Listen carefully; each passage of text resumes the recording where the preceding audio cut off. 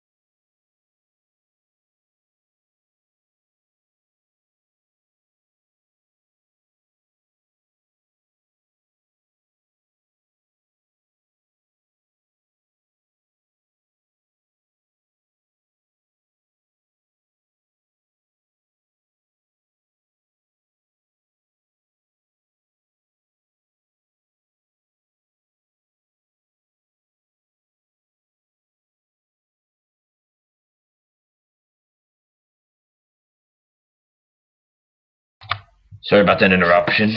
Um, yeah, they should stop doing it because they're almost going bankrupt.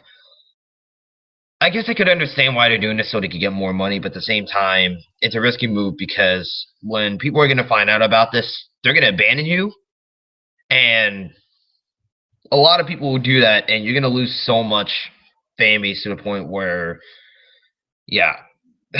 And I don't want you to go because of all those exclusives. All right, because of all the exclusives you made, I don't want you to go. And really, so it would be damaging if you are no longer in the console race. It would be detrimental. I'm pretty sure. So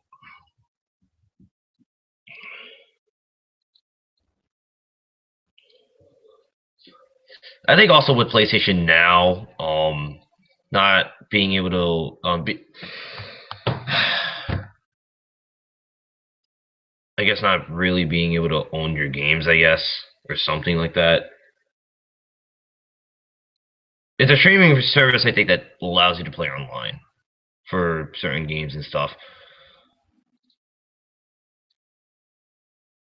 I think. I don't know if Sony didn't like allow the PlayStation Store to not have any like classics and stuff, but if they don't do that, then they should really just get back to that. If they did, okay, good for them. Hopefully they're not overpriced. But with PlayStation Now, from what I've heard, when and you have to be connected online. So if a person doesn't really have that much of a good internet service, and their internet kind of just crashes or something like that while they're playing a game, they have to pay again to play that game instead of just playing it like it with with no without paying because they already paid to play it. So really, if there was an internet crash, you know, make don't let the people play the game because that is a form of DRM. Kind of, that is a form of DRM, and they should stop doing that. They should also avoid lying about the 1080p and 60 frames per second stuff or something like that. Just be honest, all right? Like, look at how you got sued with Killzone Shadowfall, all right? So, yeah. So, Now the PlayStation Now prices aren't. They don't look too bad, but if they have to pay again to kind, actually they don't. Maybe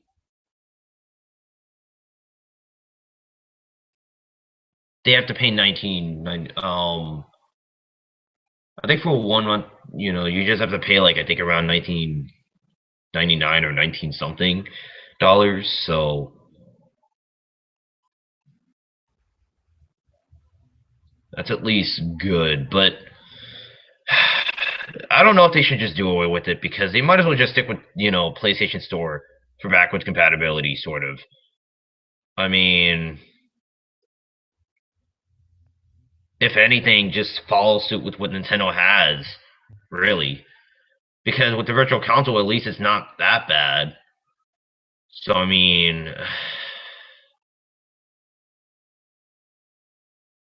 and they're starting with PS3 games, which isn't really good because you can already get used games or something in stores, so really wouldn't like be a good idea. And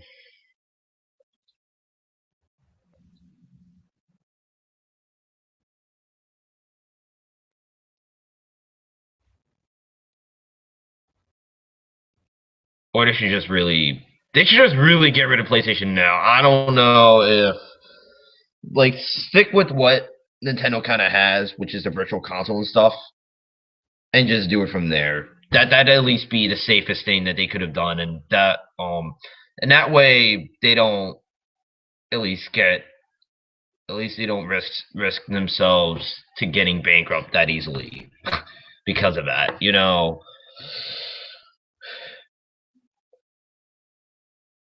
Because I mean, you look at Nintendo, doing backwards compatibility, and it can only fully go backwards compatible with the Wii.